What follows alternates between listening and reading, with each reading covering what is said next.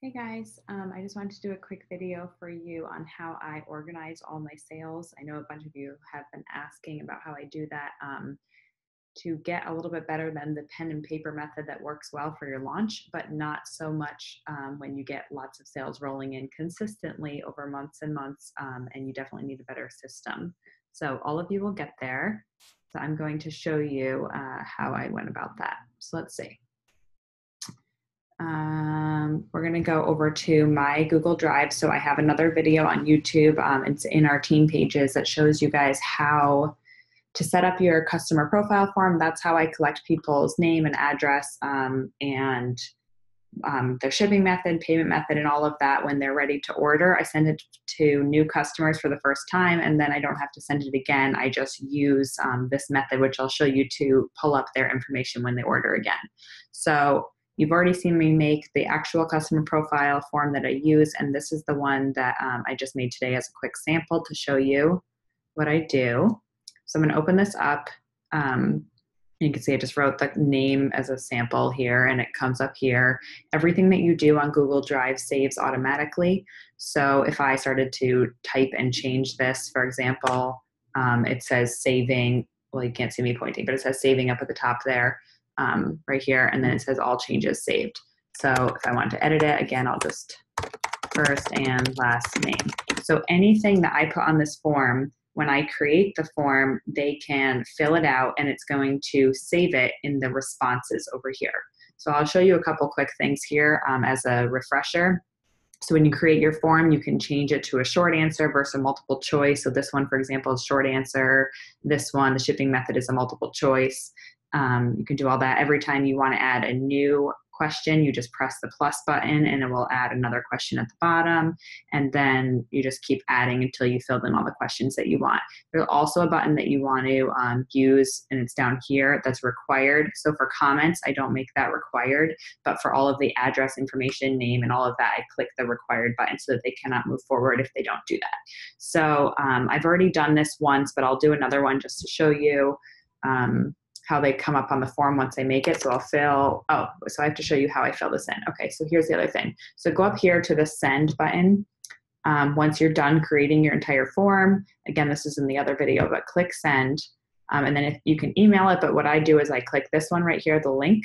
I click shorten link, and then I will copy this. So I'm gonna copy that line right there. So that is my actual form. So I can't type on this form because this is my setup, my editing of it. But I can come over here. I can open a new page without my box being in the way. One sec. Put this here. I'm going to paste it in. I'm putting it in the bar there. You just can't see it with this.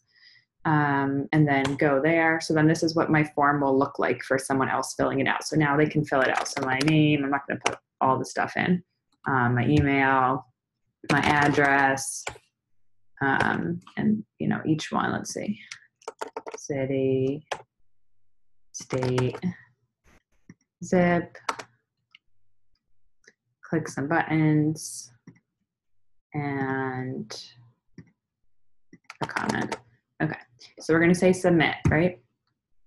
So now there is a form submitted. So that means that if one of your customers had filled this out, you should definitely have responses. So you're going to see, I'm going to close this real quick. Come back over here. So now it says I have 2 responses because I had filled this out before and you just saw me fill it out again. So if I go here, I have responses.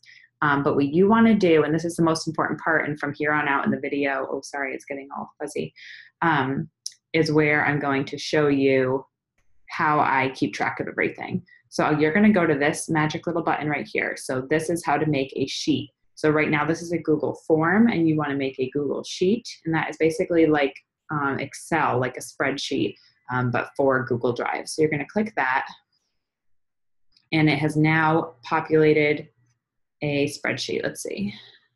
Take out of the trash. Okay. See if I fixed it. Okay, it's not showing all of my answers, but that's because I deleted one of the rows. So here you can see this is the response that I just filled in. When you watch me fill out the form. So it's got the timestamp, so the time and date that I filled it out. It's got the first and last name. All their answers to the questions are going to be in all of these sections. So what I do to make it a little bit more useful to me is I actually added some columns So again, sorry that my screen is getting fuzzy for some reason, but I'm going to add some columns in. So what I do on my form, let me check my notes here. After zip, I added product selected. Okay, so that's where they cannot fill out what products they want on their customer form. That's against compliance. So what you're using it's not an order form, it's a customer profile. So it's just using it to get all of the data you'll need. So you don't have to send everyone a message and ask them, what's your address, what's your email, would you rather me PayPal you or pay cash or whatever. So after you've gotten their order, so they told you, hey, I want pink champagne, you tell them to fill out the form and they do, you could then say, okay, this person wanted pink champagne. Okay, but I had to add this column in. So I'm going to show you how I do that, as well as show you the other columns that I add. So right after zip, I added this one, product selected. And then I add insert. So I right click on here on this column because I want it to go right after this one. And I'm going to do insert one right. And then right here, I'm going to put discount ? So I rarely discount, but when I do, like say someone won a giveaway for 10% off their order, I would say that she got 10% off. So I have a note and I remember that. The next one that I insert here, so right click, insert one right, is total cost. So I do this inclusive of tax. So I'll now calculate that pink champagne is $25. She got it at 10% off, and I take that total and multiply it by my tax rate. So it's 1.08. I get the total cost. So since let me take out the discount. Pretend she didn't get a discount. So she was $25 for this plus tax. So for me in New York, that's $27. Okay, so she's going to pay cash, and all these things are filled out. And then the next thing that I fill out after comments is I added one here that is, insert one right, invoiced. This one's important, guys. It helps you to stay organized. So invoiced, then insert paid, and then insert one right, delivered. Okay, I'll show you those in a second. Let me add the rest of the ones I do. I personally do a loyalty card. So every time they order color, gloss, or shadow, they get a point on their loyalty card, and I just keep track of it in my spreadsheet because no one actually keeps the card, so it's easier this way. And then I put one here for follow-up. So that's where, like, say I sent them a perfume sample card and I want to follow up and make sure, see how they liked it, or if I sent them a skincare sample and I want to follow up, or if they exchanged a color for a different color, I want to make sure I follow up and see if they liked that one. And I always follow up with any new customer, and that's a given. I'll show you how I do that as well. But that's just where I write notes. And then another one is return exchange. So if anyone did make a return or exchange, you can put a note here so you know that they didn't, that you don't actually have that money in your funds anymore because you swapped it out for another color, or you sent it back as a return. So here's the important one, the one that I said invoice paid delivered. So you can see these here. When this customer places their order, I entered pink champagne. I said it was $27. I saw she's going to pay, let's say she selected that she was going to pay PayPal. Okay, hold on, get back up there. So if she's paying PayPal, then I need to send her an invoice. So once I do, I just put a Y for yes. I mean, you could put anything you want there, a dot, whatever. Once she pays that invoice, I come back in and I do that. And then once I've shipped it to her, I do that. And that means I can come back here and look at my spreadsheet of all of my orders and say, okay, look, this person hasn't paid yet. And if I had more on this list, this person paid, but I still haven't shipped it out yet because I'm waiting to get that product. So this helps me stay organized. And then the next part that's really cool is this is how people have been wondering, like, well, how do you not have to scroll and like keep track of what's done, what's not done? So what I did is I made another sheet. Okay, so I keep this one is the one that auto populates. Every time someone fills in the form, it pops up on here. And then I make a new form. So I go to file and I say make a copy, and then you can name it. Okay, so this is where I name it paid and delivered. So that means they've already paid their invoice and I gave it to them, right? So then I can remove them from my other form because that means I have nothing left that I have to do. So paid and delivered, and I'm going to press OK. So now here's going to be a copy of the same exact form once it loads. Okay. And everything is going to be the same here. Okay, so let's say this person hasn't paid yet. Let me delete that row. So it's still going to have the timestamp. It's going to have all the new things that I added, the discount, the total cost, all of that, all these notes here.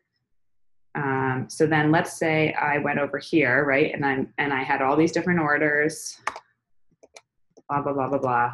And let's say these top 2 people paid, okay? Amanda and B. So I'm going to select this one and select this one. Okay, so I have that whole row, and I'm going to copy it. I'm going to come over here. I'm going to paste it in. Okay, so now I know that they paid and they're all done, and I can delete these 2 rows. So I go down, delete rows 2 and 3. Okay, so now they're gone off here and they are over in my page. So this is my done section. All right, so now let's say it's a month later and Amanda orders again. Okay, so I can come to my page sheet, and then here's like a little trick. It gets a little bit confusing here. So this is more like the advanced stuff, but just to show you, if you want to try to search, I haven't found a good way to search. So if someone knows and wants to tell me, go ahead. But what I do is I go to edit, I go to find and replace, and then I would type in the person's name. So Amanda, or you could search by last name, and I press find. You don't want to actually replace, you just find. So it's going to show me every time that Amanda pops up. So I'm going to go to the most recent one, and there's Amanda right there. That's the customer I was looking for. I'm going to select that row, copy it, and I come back over here, and I'm going to, so see, now I'm back in my responses section. I'm going to say, okay, this is the next month.